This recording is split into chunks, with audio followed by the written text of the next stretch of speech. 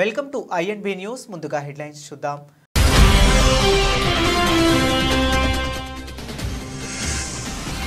నెలకు ఒక యుద్ధం చెప్పున ఆపేశారట. ట్రంప్కు నోబెల్ ప్రైజ్ ఇవ్వాల్సిందేనంటున్న వైట్ హౌస్.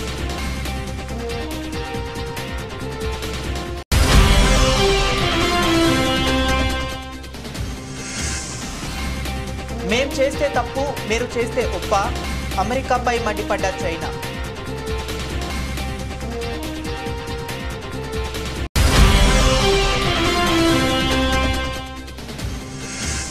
డొనాల్డ్ ట్రంప్కు నోబెల్ ప్రైజ్ ఇవ్వాల్సిందేనట. ఎందుకో తెలుసా?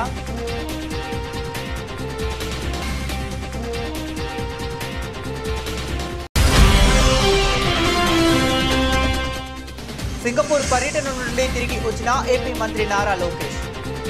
తెలంగాణ ప్రయోజనాలకు టీడీపీ ఎప్పుడూ అడ్డుపడుతుందని ఉద్ఘాటన.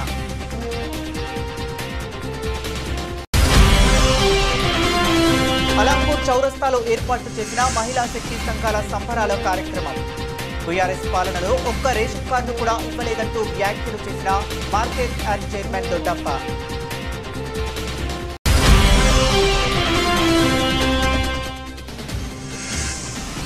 నారా లోకేష్ వ్యాఖ్యలపై సీఎం ఎందుకు నోరు మెదపడం లేదు? రేవంత్ కు హరీష్ రావు సూటి ప్రశ్న.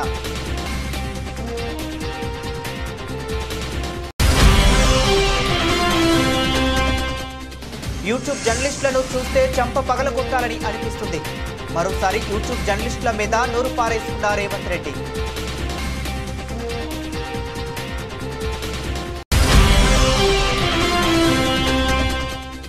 నెల్లూరులో జగన్ పర్యటన మీద 3 కేసుల్ని కూటమి ప్రభుత్వం నమోదు.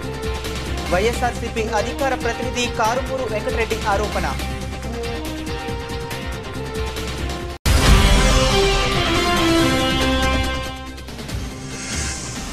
కోర్టు అనుమతితో డాక్టర్ నమ్రతను కస్టడీకి తీసుకున్న పోలీసులు. రోజుల పాటు కస్టడీకి అనుమతించని కోర్టు.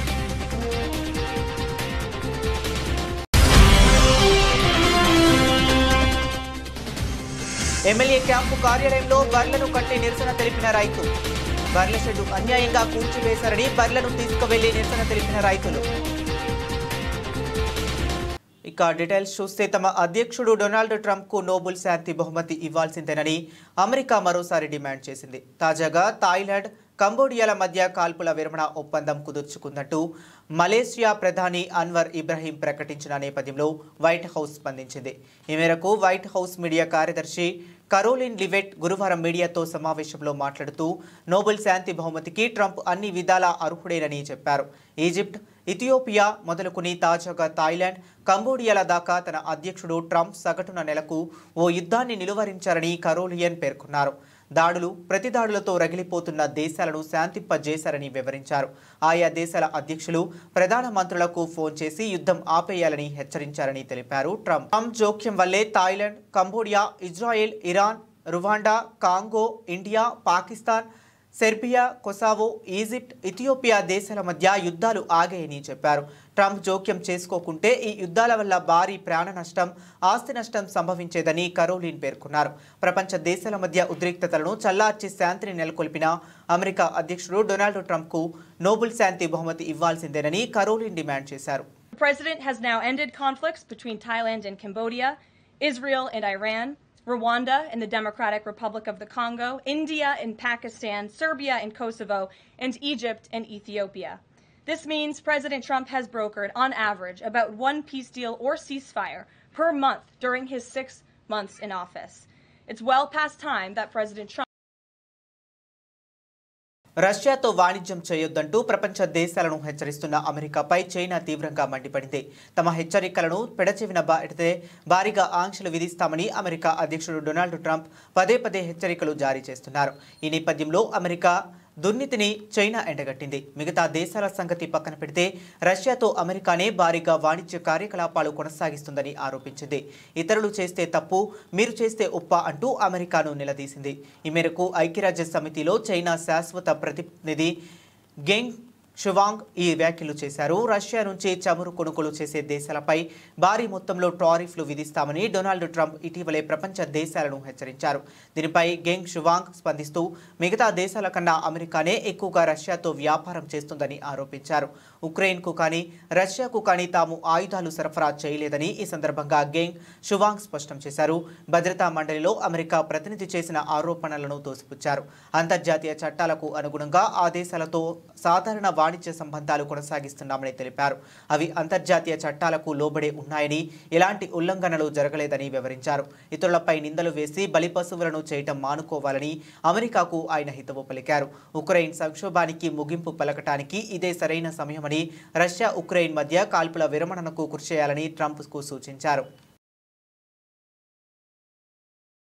అమెరికా అధ్యక్షుడు డొనాల్డ్ ట్రంప్కు నోబెల్ శాంతి బహుమతి ఇవ్వాల్సిందేనట. ఇందుకోసం అమెరికా మరోసారి డిమాండ్ చేసింది.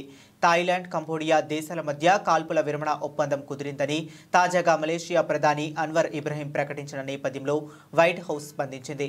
వైట్ హౌస్ మీడియా కార్యదర్శి కరోలిన్ లివెట్ మీడియా సమావేశంలో మాట్లాడుతూ నోబెల్ శాంతి బహుమతికి ట్రంప్ అన్ని విధాల అర్హుడేనని అన్నారు. ఈజిప్ట్, ఇథియోపియా మొదలుకుని తాజాగా థాయిలాండ్, కంబోడియాల దాకా తమ అధ్యక్షుడు డొనాల్డ్ ట్రంప్ సగటున నెలకు ఓ యుద్ధాన్ని నిలువరించారని కరోలిన్ చెప్పారు. దాడులు, ప్రతిదాడులతో రగిలిపోతున్న దేశాలను ఆయన శాంతింపజేశారని వివరించారు. ఆయా దేశాల అధ్యక్షులు ప్రధానమంత్రులకు ఫోన్ చేసి యుద్ధం ఆపేయాలని హెచ్చరించారని తెలిపారు. దాంతో పలు దేశాల మధ్య యుద్ధాలు ఆగిపోయాయని చెప్పారు. ట్రంప్ జోక్యం వల్లే Thailand, Cambodia, Israel, Iran, Rwanda, Congo, India, Pakistan, Serbia, Kosovo, Egypt, Ethiopia దేశాల మధ్య యుద్ధాలు ఆగాయని కరోలిన్ అన్నారు. ట్రంప్ జోక్యం చేసుకోకుంటే ఈ యుద్ధాల వల్ల భారీ మొత్తంలో ప్రాణ, ఆస్తి నష్టం సంభవించేదని ఆమె పేర్కొన్నారు. ప్రపంచ దేశాల మధ్య ఉద్రిక్తతలను చల్లార్చి శాంతిని నెలకొల్పిన ట్రంప్నకు నోబెల్ బహుమతి ఇవ్వాల్సిందేనని డిమాండ్ చేశారు. కాగా భారత్, పాకిస్తాన్ మధ్య యుద్ధాన్ని తానే ఆపానని ట్రంప్ పదే పదే ప్రకటిస్తుండటంతో నరేంద్ర మోదీ సర్కార్పై ప్రతిపక్షాలు మండిపడుతున్నాయి. భారత్ పాక్ సరిహద్దు సమస్యల విషయంలో థర్డ్ పార్టీ జోక్యాన్ని అంగీకరించబోమని ఓవైపు చెబుతూనే ట్రంప్ జోక్యాన్ని ఎలా అంగీకరించారని ప్రశ్నిస్తున్నారు. అయితే ఈ విషయంలో ట్రంప్ జోక్యం ఉంది కానీ లేదని కానీ ప్రభుత్వం స్పష్టంగా చెప్పటం లేదు. దాంతో విపక్షాలు సర్కారుపై విమర్శలు గుప్పిస్తున్నాయి. బనకచెర్ల ప్రాజెక్టుపై తెలంగాణ నాయకుల ఆరోపణలను ఏపీ మంత్రి నారా లోకేష్ తీవ్రంగా ఖండించారు. సింగపూర్ నుంచి తిరిగొచ్చిన ఆయన ఈ పర్యటన వివరాలను ఇవాళ మీడియా సమావేశం ఏర్పాటు చేసి వెల్లడించారు. ఈ సందర్భంగా తెలుగు రాష్ట్రాల మధ్య జల వివాదాలపై స్పందించారు. కాళేశ్వరం ప్రాజెక్టుకు తాము ఎప్పుడూ అడ్డుపడలేదని స్పష్టం చేశారు. సముద్రంలోకి వెళ్లే మిగులు జలాలను ఉపయోగించుకుంటే తప్పేంటని ప్రశ్నించారు. మిగులు జలాలను రాయలసీమకు తరలిస్తే తెలంగాణకు ఇబ్బంది ఎందుకని నిలదీశారు. నీళ్లు లేనప్పుడు ఒక ఏడాది ప్రాజెక్టును ఖాళీగా ఉంటే ఏమవుతుంది? నీళ్లు అందుబాటులో ఉన్నప్పుడే లిఫ్ట్ చేస్తామని చెప్పారు. ఈ సందర్భంగా లోకేష్ ను ఓ మీడియా ప్రతినిధి బనకచెర్లకు అనుమతులు ఉన్నాయా అని ప్రశ్నించారు. అందుకు లోకేష్ స్పందిస్తూ రెగ్యులేటరీ కమిటీ అనుమతి లేకుండా కాళేశ్వరం ప్రాజెక్టును ఎలా నిర్మించారని ప్రశ్నించారు. కొందరు రాజకీయ స్వార్థం కోసం ప్రాంతీయ విద్వేషాలను రెచ్చగొట్టి తెలుగువారి మధ్య చిచ్చు పెట్టేందుకు ప్రయత్నిస్తున్నారని ఆరోపించారు. తెలంగాణలో పెట్టుబడులను తాము ఎప్పుడైనా అడ్డుకున్నామా అని ప్రశ్నించారు. తెలుగువారి కోసం పుట్టిన పార్టీ తెలుగుదేశం పార్టీ అని, తెలుగువారు నెంబర్ 1గా ఉండాలన్నదే తమ లక్ష్యమని లోకేష్ పునరుద్ఘాటించారు. తెలుగువారి సంక్షేమం కోసమే ఎన్టీఆర్ టీడీపీని స్థాపించారని గుర్తు చేశారు. రాజకీయాల కోసం ప్రాంతీయ విద్వేషాలు రెచ్చగొట్టడం సరికాదని హితవు పలికారు. బనకచెర్ల ప్రాజెక్టు ఆంధ్రప్రదేశ్ భూభాగంపైనే ప్రతిపాదించబడిందని, అక్కడొక రూల్, ఇక్కడొక రూలా, తెలంగాణకు ఒక నీతి, ఆంధ్రాకు మరో నీత అని లోకేష్ ప్రశ్నించారు. తామేమీ కాళేశ్వరం ప్రాజెక్టుకు చిల్లు పెట్టి తెలంగాణ నీళ్లను తీసుకోవటం లేదని స్పష్టం చేశారు. బనకచెర్ల ప్రాజెక్టుపై పూర్తి స్థాయి చర్చ జరగాలని తాము కోరుకుంటున్నామని తెలిపారు. నదుల అనుసంధానం అత్యవసరమని లోకేష్ ఉద్ఘాటించారు. గోదావరి దేవుడిచ్చిన పరమని, కృష్ణా వరద నీరు తరలించి 80% రిజర్వాయర్లను నింపామని తెలిపారు. లైనింగ్ చేసి రాయలసీమకు నీళ్లు తీసుకువెళ్లడం తమ నిబద్ధతకు నిదర్శనమని అన్నారు. నేను సింపుల్గా అడుగుతున్నా, నీరు సముద్రంలోకి వెళ్తుంది, ప్రతి సంవత్సరం వెళ్తుంది. నీరు తెలంగాణ భూభాగం దాటి ఆంధ్ర భూభాగంలోకి వచ్చిన తర్వాత ప్రాజెక్ట్ నిర్మించి లిఫ్ట్ చేస్తున్నాం. ఓకే, అనుకుందాం ఒక సంవత్సరం నీళ్ళు రాలేదని, ప్రాజెక్ట్ ఖాళీగా ఉంటుంది. What is the problem? మిగులు జలాలు ఉన్నప్పుడే లిఫ్ట్ చేస్తాం కదా. మేము వెళ్ళి కాళేశ్వరం చిల్లు పెట్టాం కదరా స్వామి. ఏంటండి ఇది? అంటే కామన్, మీరు ఏమనుకోదు, ప్రాంతీయ విద్వేషాలు రెచ్చగొడతాం కాదండి ఇది. ఇప్పుడు ఆ రోజు నిజంగానే తెలంగాణని ఇబ్బంది పెట్టాలనుకున్నప్పుడు కాళేశ్వరంకి అడ్డు తిరిగి ఉండొచ్చు కదా, వెళ్ళి గొడవ చేసి ఉండొచ్చు కదా, కేంద్రంతో పోరాడి ఆపిచ్చి ఉండొచ్చు కదా. చేయలేదు కదా మేము ఇలాంటి పనులు. ఎందుకంటే అరే తెలుగు వాళ్ళు ఎక్కడున్నా హాయిగా ఉండాలి, కలిసికట్టుగా మనం పని చేయాలి. ఓకే, రాష్ట్రాలు విడిపోయినాయి, దట్స్ ఎ డెసిషన్. బట్ కలిసికట్టుగా తెలుగు వాళ్ళ ప్రయోజనాల కోసం కలిసికట్టుగా పనిచేద్దామని చెప్పాం. What is wrong in that? We stand by that. ఈరోజు కూడా తెలుగుదేశం పార్టీ ఏనాడు తెలంగాణ వ్యతిరేకంగా పనిచేయలేదు. మేము ఏనాడు పనిచేయలేదండి. Last 10 years we have never worked against and we will not work. ఎందుకు చేయాలి? అందరం కలిసికట్టుగా పనిచేయాలి, అందరం కలిసికట్టుగా ముందరికి వెళ్ళాలి. That's our agenda. కాళేశ్వరంకి ఉందండి, కాళేశ్వరంకి ఉందా? I'm asking a straight question sir. I have right to ask, sir. When they are questioning me, I have right to ask that question. I have right to ask certain political parties. Please allow me to finish. I have right to ask certain political parties when they are trying to draw politics and gain political gain out of this issue. I have right to ask. I will answer to CWC. You don't worry about it. I'll get my clearances. You don't worry about it. That much TDP is capable, boss. Arey Vishaka steel plant ne kaapadam, boss. NDA ప్రభుత్వం ఇది రెండోసారి అండి విశాఖ ఉక్కుని కాపాడింది. We know what data is, we know what excess water is. మంత్రి వాకిటి శ్రీహరి ముందే Alampur BRS MLA విజయుడు కాంగ్రెస్ నాయకుల నోరు మోపించారు. గద్వాల జిల్లా అలంపూర్ చౌరస్తాలో ఏర్పాటు చేసిన మహిళా సంఘాల సంబరాల కార్యక్రమంలో వాగ్వాదం జరిగింది. బీఆర్ఎస్ పాలనలో ఒక్క రేషన్ కార్డు కూడా ఇవ్వలేదంటూ మార్కెట్ యార్డ్ చైర్మన్ దొడ్డప్ప వ్యాఖ్యలు చేశారు. రేషన్ కార్డుల కోసం కాంగ్రెస్ నాయకులు డబ్బులు తీసుకుంటున్నారని, మట్టి దంతాలు నడుపుతున్నారని మంత్రి ముందే ఆ పార్టీ నాయకులు నోరు మూయించారు.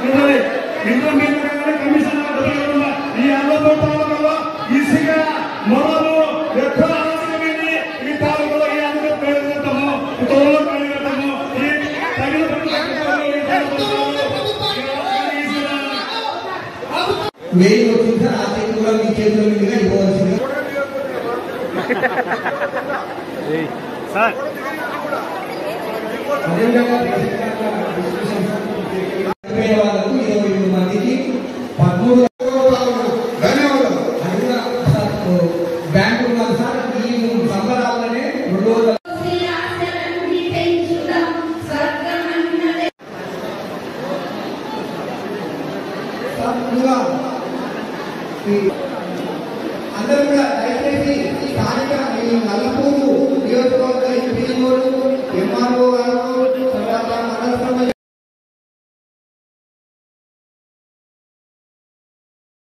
గోదావరిపై బనకచెర్ల ప్రాజెక్టును కట్టి తీరుతామని ఏపీ మంత్రి నారా లోకేష్ చేసిన వ్యాఖ్యలపై మాజీ మంత్రి హరీష్ రావు నిప్పులు చెరిగారు.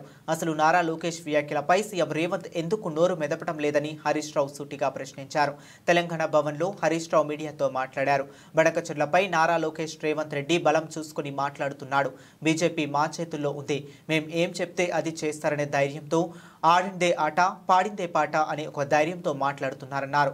లోకేష్ బనకచెర్ల ప్రాజెక్టు కట్టి తీరుతాం, అనుమతులు తెచ్చి తీరుతాం అని మాట్లాడితే కాంగ్రెస్ ప్రభుత్వం ఎందుకు స్పందించడం లేదు?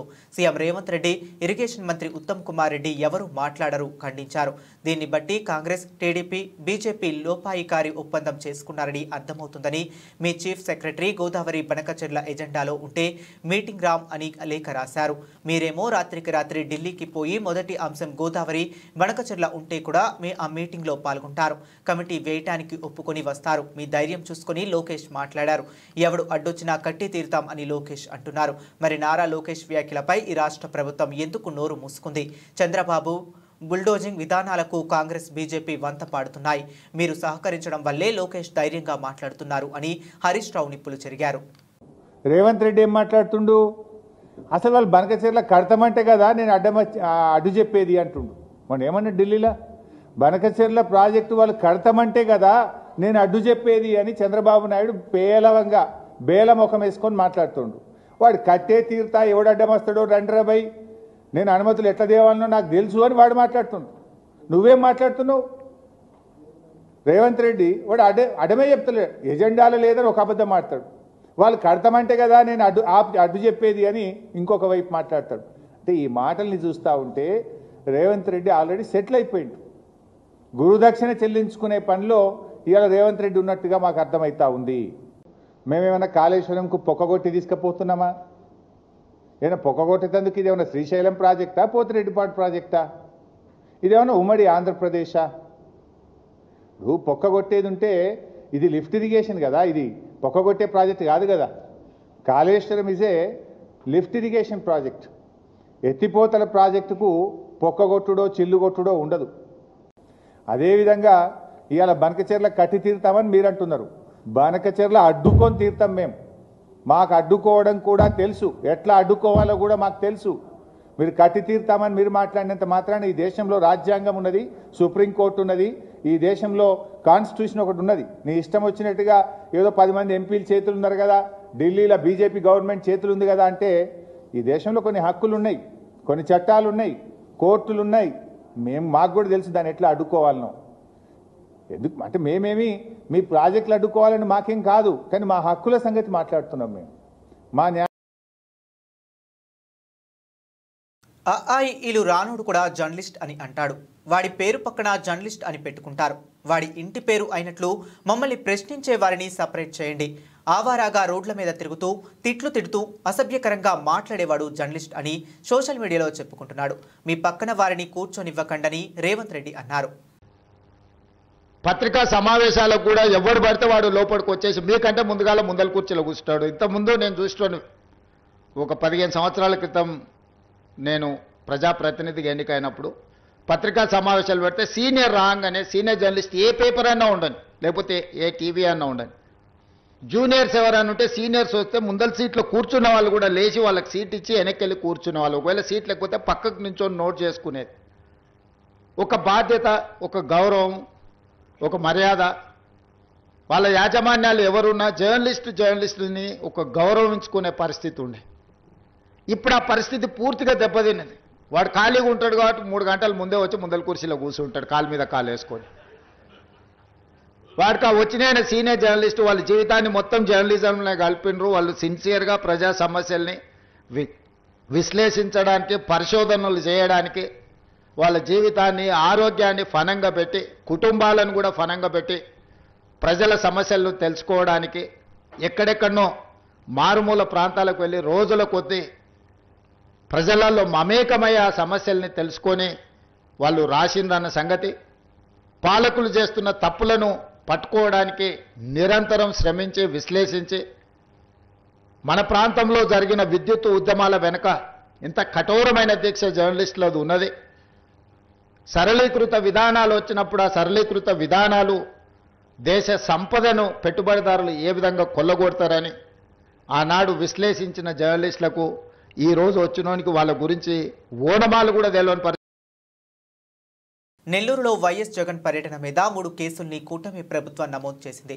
పులివెందుల ఎమ్మెల్యే అంటూ అవహేళన చేస్తున్న మీరు ఆయన పర్యటనకి జనం వస్తుంటే ఎందుకు అడ్డుకుంటున్నారు? మీ కూటమి ప్రభుత్వంపై జనంలో ఇప్పటికే తిరుగుబాటు మొదలైంది. దానికి సంకేతంగా వైఎస్ జగన్ పర్యటనకి జనం వస్తున్నారు. అందుకే ఓర్వలేక కేసులు పెడుతున్నారని వైఎస్ఆర్సీపీ అధికార ప్రతినిధి కారుమూరు వెంకటరెడ్డి ఆరోపించారు. జగన్మోహన్ రెడ్డి గారు ఆంధ్రప్రదేశ్ రాష్ట్ర మాజీ ముఖ్యమంత్రి, ప్రతిపక్ష నాయకుడు, ప్రజల తరపున గలం విప్పుతున్నటువంటి నాయకుడు, ప్రజల పక్షాన నిరంతరం నిలబడేటటువంటి నాయకుడు, వైఎస్ఆర్ కాంగ్రెస్ పార్టీ అధ్యక్షులుగా ఉన్నటువంటి శ్రీ జగన్మోహన్ రెడ్డి గారు నెల్లూరు జిల్లా నిన్న పర్యటనకు వెళ్తే, నెల్లూరు జిల్లాలో జగన్మోహన్ రెడ్డి గారికి మద్దతుగా వచ్చినటువంటి వేలాది మంది జనాల్ని చూసి తట్టుకోలేనటువంటి ఈ కూటమి ప్రభుత్వం ఆల్రెడీ అక్రమ కేసులు పెట్టడం స్టార్ట్ చేసింది. నిన్న నెల్లూరు జిల్లా పర్యటన మీద మాజీ ఎమ్మెల్యేగా ఉన్నటువంటి ప్రసన్న కుమార్ రెడ్డి గారితో పాటు మరికొందరి మీద నిన్న కేసులు నమోదు చేసింది. 3 కేసులు అప్పుడే నిన్న నెల్లూరు పర్యటన మీద నమోదు చేయడం జరిగింది. నేను అడుగుతా ఉన్న సూటిగా ఈ కూటమి ప్రభుత్వాన్ని, ఏమయ్యా 164 మంది ఉన్నారు కదా ఎమ్మెల్యేలు, 3 రాజకీయ పార్టీలు కలిపి పోటీ చేసి ఇప్పుడు కూడా కూటమిలోనే ఉన్నారు కదా, ఇంకో రాజకీయ పార్టీగా ఆ షర్మిల కాంగ్రెస్ మీకు మద్దతుగా ఉంది కదా, సో మరి 4 రాజకీయ పార్టీలు, 2 దినపత్రికలు, ఏదైతే ఒక 10 శాటిలైట్ ఛానళ్లు, ఒక 500కు పైగా యూట్యూబ్ ఛానళ్లు, ఇంత మందిని పెట్టుకొని ఆఫ్టర్ ఆల్ జగన్మోహన్ రెడ్డి గారు అంటున్నటువంటి మీరు కేవలం 11 సీట్లే ఆఫ్టర్ ఆల్ పులివెందుల ఎమ్మెల్యే అని చెప్పి హేళనగా మాట్లాడేటటువంటి మీరు మరి జగన్మోహన్ రెడ్డి గారి కోసం జనాలు వస్తుంటే ఎందుకు అడ్డుకున్నారు? జగన్మోహన్ రెడ్డి గారి పర్యటన అంటే ముందు అక్కడ ఉన్నటువంటి నాయకులందరికీ నోటీసులు ఇస్తారు. సో దాని తర్వాత అక్కడ ఉన్నటువంటి యాక్టివ్గా ఉన్నటువంటి కార్యకర్తలకు నోటీసులు ఇస్తారు. అయినా కూడా వాళ్ళు అక్కడికి వస్తున్నప్పుడు వాళ్ళని బారికేడ్లు పెట్టి అడ్డుకుంటారు, ముళ్ళ కంచెలు పెట్టి అడ్డుకుంటారు. ఆఖరికి రోడ్లు కూడా తవ్వేస్తున్నారు. జగన్మోహన్ రెడ్డి గారు వస్తుంటే ఏదైతే ఆయన పర్యటనకు జనాలు రాకూడదని చెప్పి, సరే అక్కడికి వచ్చినటువంటి జనాలని ఏదో విధంగా అక్కడ జనం వస్తే వాళ్ళ మీద లాఠీ చార్జ్ చేస్తున్నారు. వచ్చి మీటింగ్ అయిపోయి వెళ్ళిపోయిన తర్వాత, లేదంటే ఆ పర్యటన అయిపోయి వెళ్ళిపోయిన తర్వాత అక్కడికి వచ్చినటువంటి వాళ్ళ మీద కేసులు పెడుతున్నారు, అరెస్టులు చేస్తున్నారు. ఇన్ని రకాల కుట్రలు. తాను ఎలాంటి తప్పు చేయలేదని, త్వరలో అన్ని విషయాలను బయట పెడతారని సృష్టి ఫెర్టిలిటీ సెంటర్ నిర్వాహకురాలు డాక్టర్ నమ్రత అన్నారు. ఆమెను పోలీసులు తమ కస్టడీకి తీసుకున్నారు. అంతకుముందు గాంధీ ఆసుపత్రిలో వైద్య పరీక్షలు నిర్వహించారు. అనంతరం ఆమెను నార్త్ జోన్ డీసీపీ కార్యాలయానికి విచారణ నిమిత్తం తరలించారు. గోపాలపురం పోలీసులు ఆమెను ప్రశ్నించనున్నారు. కోర్టు ఆమెను 5 రోజుల పోలీస్ కస్టడీకి అనుమతించింది. గాంధీ ఆసుపత్రి వద్ద ఆమె మాట్లాడుతూ తాను ఎలాంటి తప్పు చేయలేదని అన్నారు. ఒక ఆర్మీ వ్యక్తి తనపై తప్పుడు ఆరోపణలు చేయడంతో పోలీసులు కేసు నమోదు చేశారని తెలిపారు. త్వరలో అన్ని విషయాలు వెలుగులోకి వస్తాయని ఆమె అన్నారు. సృష్టి సరోగసి అక్రమాల కేసులో డాక్టర్ నమ్రత A1గా ఉన్నారు. సరోగసి పేరుతో ఆమె పలువురు దంపతులను మోసం చేసినట్లుగా ఆరోపణలు ఎదుర్కొంటున్నారు. ఏజెంట్ల సాయంతో అసోంకు చెందిన మహిళల నుండి పిల్లలను కొనుగోలు చేసి తీసుకువచ్చి ఆయా దంపతులకు వారి బిడ్డలుగా అప్పగించేవారని ఆరోపణలు ఉన్నాయి.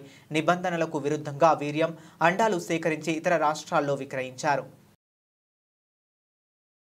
ఎమ్మెల్యే క్యాంపు కార్యాలయంలో బర్లను కట్టి నిరసన తెలిపిన రైతు భూపాలపల్లి కాంగ్రెస్ ఎమ్మెల్యే గండ్ర సత్యనారాయణరావు క్యాంపు కార్యాలయంలో బర్రెలను కట్టేసి నిరసన తెలిపిన పాడి రైతు దంపతులు. ఎమ్మెల్యే చెప్పినందుకే తమ బర్రెల షెడ్డు అన్యాయంగా కూల్చేశారని బర్రెలను తీసుకువెళ్లి నిరసన తెలిపిన రైతులు. జయశంకర్ భూపాలపల్లి నియోజకవర్గం వేషలపల్లి గ్రామంలో తమ బర్రెల షెడ్ను అధికారులు కూల్చేశారని ఎమ్మెల్యే కార్యాలయానికి బర్రెలతో వచ్చి నిరసన తెలిపిన పాడి రైతు దంపతులు. కురుకుల ఓధేలు లలిత ఎమ్మెల్యే చెబితేనే కూల్చేశామని పోలీసులు చెబుతున్నారని, షెడ్డు లేకుండా మా బర్రెలు ఎక్కడ ఉండాలని ఆగ్రహం వ్యక్తం చేసిన పాడి రైతులు. ₹1 కూడా తీసుకోకుండా అతనికి ఓటు వేసినందుకు ఆయన మాకు ఇచ్చే బహుమతి ఇదేనా అంటూ నిలదీసిన రైతు దంపతులు. షెడ్డు నిర్మించే వరకు బర్రెలను తీసుకువెళ్లే ప్రసక్తే లేదని తేల్చి చెబుతున్న రైతులు. ఎమ్మెల్యే సారు మాకు ఈ షెడ్డు మొత్తం లేకుండా కూలగొట్టురని మున్సిపల్ ఆఫీసు కమిషనర్ కు చెప్పిండట. మా ముందు ఏం చెప్పిండు, ఆయన ఏదో ఒకటి చూడు అక్కడికి పోయి మాట్లాడు అని కమిషనర్ సార్ మా ముందట మాట్లాడు అని కమిషనర్ సార్ తోటి ఫోన్ మాట్లాడిండట. అది మరి 4 రోజులు ఆపినాక మరి మాకు ఏ విషయం అని చెప్పినాక మాకు నోటీస్ పంపినాక ఇప్పటికే 20 గుంటల ల్యాండ్ కబ్జా చేసిర్రు. మిగతా 8 గుంటలు కూడా దాన్ని దారని ఇప్పుడు ఎమ్మెల్యే సారు పాత్ర ముందట పెట్టుకొని వాళ్ళు మొత్తం కూలగొట్టి పడేసిర్రు. ఈ ఏప్రిల్, జూన్ త్రైమాసికంలో భారత్ గోల్డ్ డిమాండ్ వార్షిక ప్రాతిపదికన 10% తగ్గి 134.9 టన్నులకు పరిమితమైందని ప్రపంచ స్వర్ణ మండలి WGC గురువారం విడుదల చేసిన నివేదికలో వెల్లడించింది. గత ఏడాది ఇదే కాలానికి పసిడి గిరాకీ 149.7 టన్నులుగా నమోదైంది. విక్రయాల విలువ పరంగా చూస్తే ఈ జూన్తో ముగిసిన త్రైమాసికంలో బంగారం డిమాండ్ 30% పెరిగి 1,21,800 కోట్లకు చేరింది. క్రితం సంవత్సరంలో ఇదే సమయానికి డిమాండ్ విలువ 93,850 కోట్లుగా నమోదైంది. సమీక్షా కాలంలో బంగారం ధర తొలిసారిగా 1,00,000కు చేరడంతో గిరాకీ పరిమాణం తగ్గినప్పటికీ విలువలో వృద్ధి నమోదైందని WGC regional CEO India Sachin Jain అన్నారు. ఈ ఏడాది ప్రథమార్థం జనవరి, జూన్లో బంగారం గిరాకీ దాదాపు 253 టన్నులుగా ఉండగా పూర్తి ఏడాదికి గిరాకీ 600 నుండి 700 టన్నుల స్థాయిలో ఉండవచ్చని ఆయన అంచనా వేశారు. అధిక ధరల కారణంగా జూన్ క్వార్టర్లో స్వర్ణాభరణాల విక్రయాలు 17% తగ్గి 88.8 టన్నులకు పరిమితమయ్యాయి. 2024లో ఇదే కాలానికి 106.5 టన్నుల సేల్స్ జరిగాయి. గోల్డ్ జ్యువెలరీ విక్రయాల విలువ మాత్రం 20తో వృద్ధితో 80,150 కోట్లుగా నమోదైంది. ఈ ఏప్రిల్, జూన్లో బంగారంలో పెట్టుబడులు 7% పెరిగి 46.1 టన్నులకు చేరగా పెట్టుబడుల విలువ ఏకంగా 54% వృద్ధితో 41,650 కోట్లుగా నమోదైంది. పసిడి దీర్ఘకాలంలో మెరుగైన ప్రతిఫలాలు అందించగలదన్న ఇన్వెస్టర్ల నమ్మకాన్ని ఇది నొక్కి చెబుతుందని సచిన్ జైన్ అన్నారు. Team India spinner Yuzvendra Chahal social media influencer అయిన ధనశ్రీ వర్మతో విడాకులు తీసుకున్న విషయం తెలిసిందే. 2020లో వివాహ బంధంలోకి అడుగుపెట్టిన ఈ జంట ఇటీవలే విడాకులు తీసుకున్నారు. ఈ నేపథ్యంలో తనపై వచ్చిన విమర్శల గురించి తాజాగా రాజ్ షమాని పాడ్కాస్ట్లో చాహాల్ మాట్లాడారు. కొందరు తనపై మోసగాడి ముద్ర వేశారని ఈ సందర్భంగా చాహల్ ఆవేదన వ్యక్తం చేశాడు. విడాకుల తర్వాత ఎన్నో విమర్శలు, విడాకులు తీసుకున్న తర్వాత నాపై చాలా విమర్శలు వచ్చాయి. చాలా మంది నన్ను మోసగాడిగా పేర్కొన్నారు. మహిళలను గౌరవించడం రాదన్నారు. కానీ నాకు 2 అక్కలు ఉన్నారు.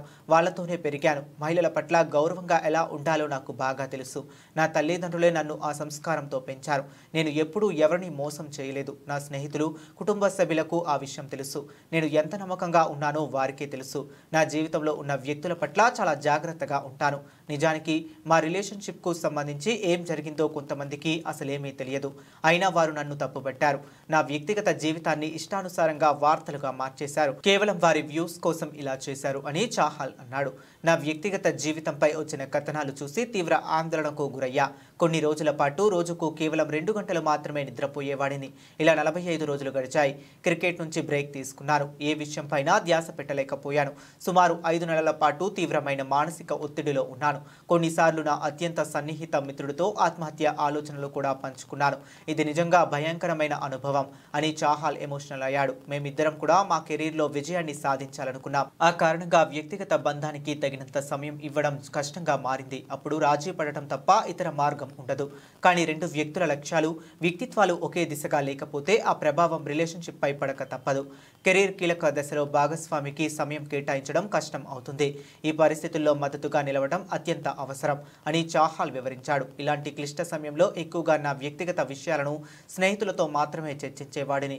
నా కుటుంబ సభ్యులను ఆందోళన పెట్టే ఉద్దేశం నాకు ఉండదు. ప్రాతిక్ పహార్, ఆర్జే మహేశ్వర్, ఇంకొంతమంది నమ్మకమైన స్నేహితులు నన్ను సపోర్ట్ చేశారు. వాళ్ళ మద్దతుతోనే నేను మళ్ళీ మామూలు జీవితం వైపు వచ్చాను. ఈరోజు వాళ్ళందరూ కూడా నా వెనుక నిలబడి ఉన్నారు అని చాహల్ చెప్పుకొచ్చాడు. బులెటిన్ ముగించే ముందు మరొకసారి హెడ్లైన్స్ చూద్దాం.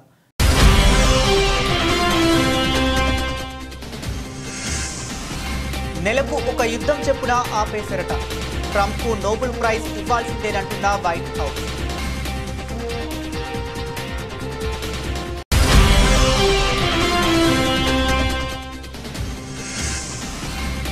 మేం చేస్తే తప్పు, మీరు చేస్తే ఒప్ప, అమెరికాపై మండిపడ్డ చైనా.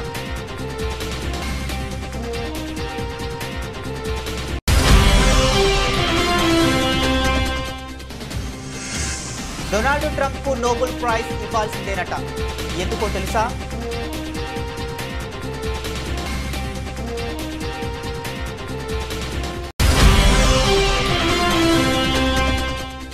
సింగపూర్ పర్యటన నుండి తిరిగి వచ్చిన ఏపీ మంత్రి నారా లోకేష్. తెలంగాణ ప్రయోజనాలకు టీడీపీ ఎప్పుడూ అడ్డుపడుతుందని ఉద్ఘాటన.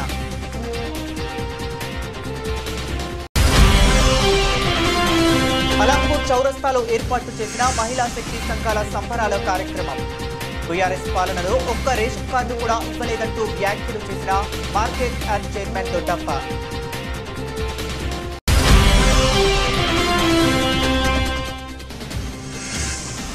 నారా లోకేష్ వ్యాఖ్యలపై సీఎం ఎందుకు నోరు మెదపడం లేదు?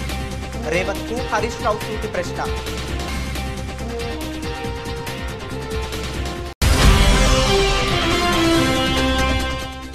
యూట్యూబ్ జర్నలిస్టులను చూస్తే చంప పగలగొట్టాలని అనిపిస్తుంది. మరోసారి యూట్యూబ్ జర్నలిస్టుల మీద నోరు పారేసుకున్న రేవంత్ రెడ్డి.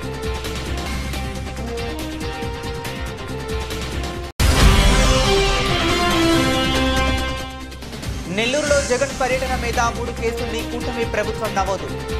వైఎస్ఆర్సీపీ అధికార ప్రతినిధి కారుమూరు వెంకటరెడ్డి ఆరోపణ.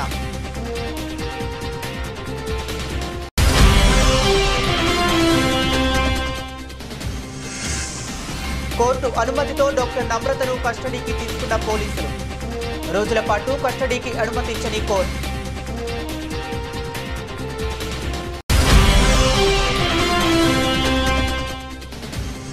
ఎమ్మెల్యే క్యాంపు కార్యాలయంలో బర్లను కట్టి నిరసన తెలిపిన రైతు. బర్ల షెడ్డు అన్యాయంగా కూల్చివేశారని బర్లను తీసుకువెళ్లి నిరసన తెలిపిన రైతులు. ఇవి ఇప్పటి వరకు ఉన్న అప్డేట్స్. మరిన్ని అప్డేట్స్ కోసం కీప్ వాచింగ్.